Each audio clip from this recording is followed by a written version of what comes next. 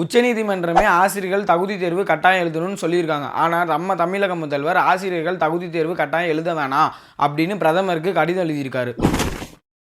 இதே மாதிரி தான் மருத்துவர்கள் தகுதி தேர்வு எழுத வேணாம்னு சொல்லிட்டு நீட் எக்ஸாமை ஒதுக்குனீங்க.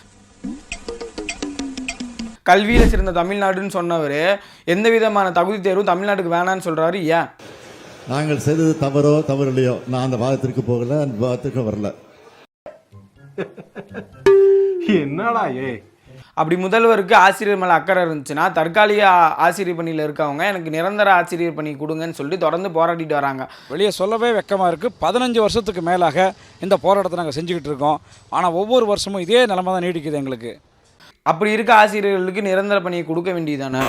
ஆசிரியர் பணின்றது அடுத்த மாணவர்கள் தலைமுறைக்கு ஒரு அஸ்திவாரம். அப்படி இருக்கும்போது தகுதியான ஆசிரியர்களை தேர்ந்தெடுக்கிறதுக்கு ஒரு தேர்வு வைக்கிறதுனால என்ன தப்பு இருக்குது? உங்கள் அரசியல் பசிக்காக அடுத்த தலைமுறையோட வாழ்க்கையில் கை வைக்காதீங்க.